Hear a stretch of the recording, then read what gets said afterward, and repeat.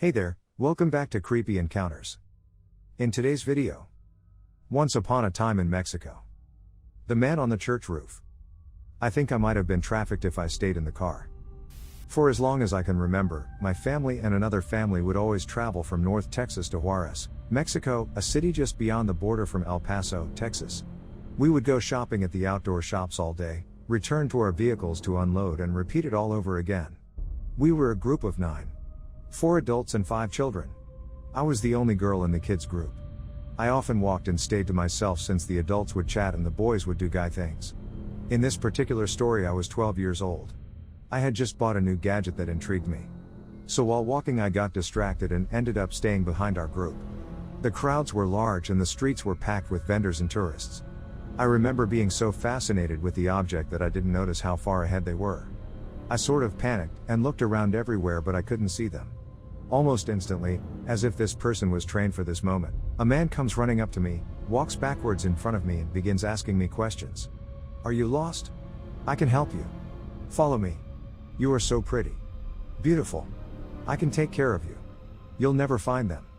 I've been watching you. You aren't from around here. He then proceeded to grab my arm and I panicked and froze. I didn't know what to do or what to say. It's like I went numb. When he wouldn't stop, I knew in my gut that if I didn't find my family, I would never see them again. I then screamed at the top of my lungs. Mom! Dad! Help me! A lot of people turned around to look at us yet no one helped me. The stranger seemed surprised that I did that and he froze. My parents must have been close by because the group came running and the men chased the guy around the shops and into the crowd. I began to shake and cry while my mother hugged me. We walked the long distance back to our cars and I remember crying forever. After I calmed down, they all asked if I was okay to walk again since we didn't do much shopping before the incident. I agreed and was scared to death but I didn't want to disappoint anyone. When we were walking around again, while my mother held my hand, she pointed out the man that tried to take me. He saw us from afar and took off running. We gave a description of the man to every police officer that we saw. Hours later after shopping and eating, we headed back to our vehicles. We saw the man being handcuffed. He apparently attempted to abduct another child. This happened just around a year after my family and I had been in our current neighborhood. We don't get too much crime here compared to our previous location. It was a dry summer's night and my sisters were doing their nightly, our long jump on our large trampoline. From our backyard trampoline, you can see a church and its parking lot that is cut off by a road directly by our neighborhood boundary walls. One of my sisters comes in to tell me something that she said was creeping them out. Come outside, there's this man on the church roof just sitting there. I wasn't really fazed by this at first because I thought that the man simply was doing some type of work on the church's exterior. With this initial conclusion, I got onto our trampoline to get a view of him and I was immediately perplexed at what I was laying my eyes on. My sisters were right, there was for sure a man on the church roof, but he wasn't sitting anymore. It didn't take no more than a minute for me to question my own theory and become slightly scared. I then realized that there was no way that he could be working on the church exterior because along with a single working street light and it being almost midnight, it would be unsafe to do construction with no one else on the roof to help. The second I realized this, my brain switched to anxiety mode and my body ran ice cold.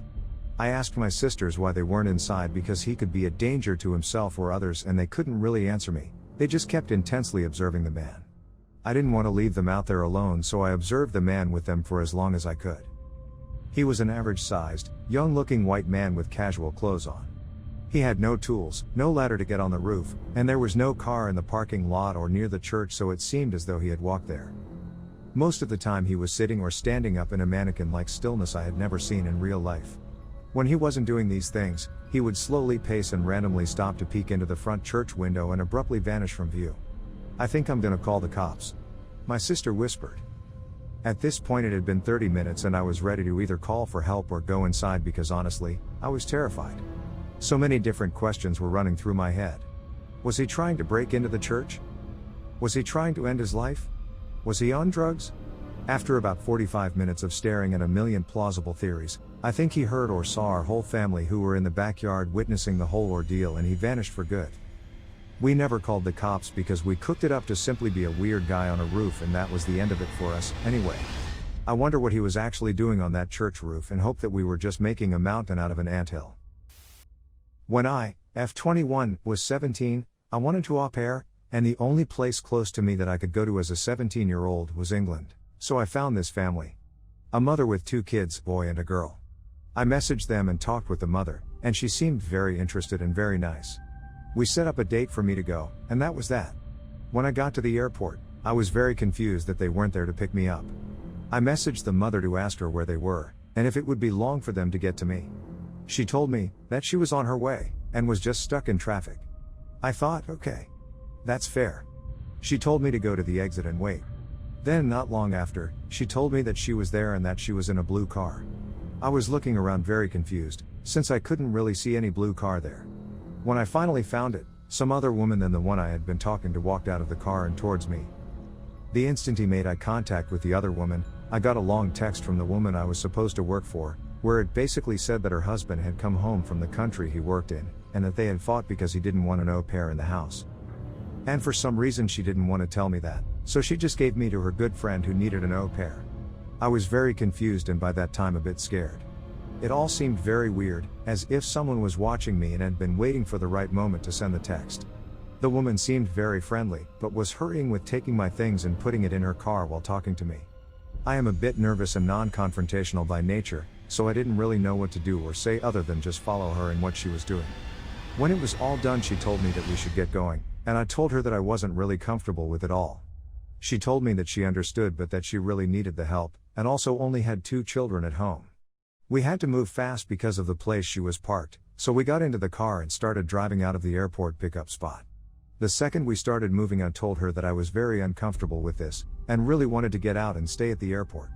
She seemed a bit upset by this, and told me that sure she could drop me off, but she had to get out of where we were, because she could get a ticket for letting me out there or something.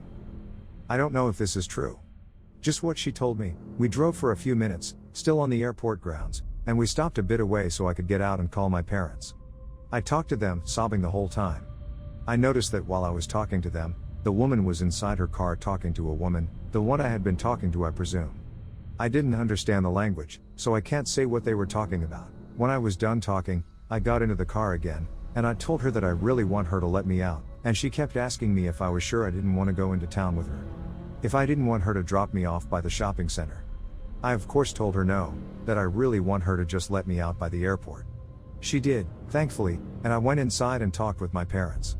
After this happened, I got some weird voice memos from her and 2 other people. I couldn't understand them, but it was very weird. My parents also tried contacting her, and she blocked them both. If you don't know, a lot of au pairs are being treated very poorly, so for us to feel safe and secure and sure that we don't get cheated out of pay or working more than we are allowed, we have to sign a contract. Later on, I found out that the contract she had sent me was fake and not really binding. I don't know how, but it wasn't legitimate. Plus, her addresses she had sent me were also fake, and she apparently didn't live there either. I found out later on that the city I was in was a bit of a hotspot for trafficking. I didn't know this until after this had happened. A lot of very sketchy stuff. I might be overthinking this one, it might not be as bad as I think it was. But at the moment of it, I was sure something was going on. I hope you enjoyed the video. Please like and subscribe for more real-life creepy encounters around the world. See you in the next video. Bye.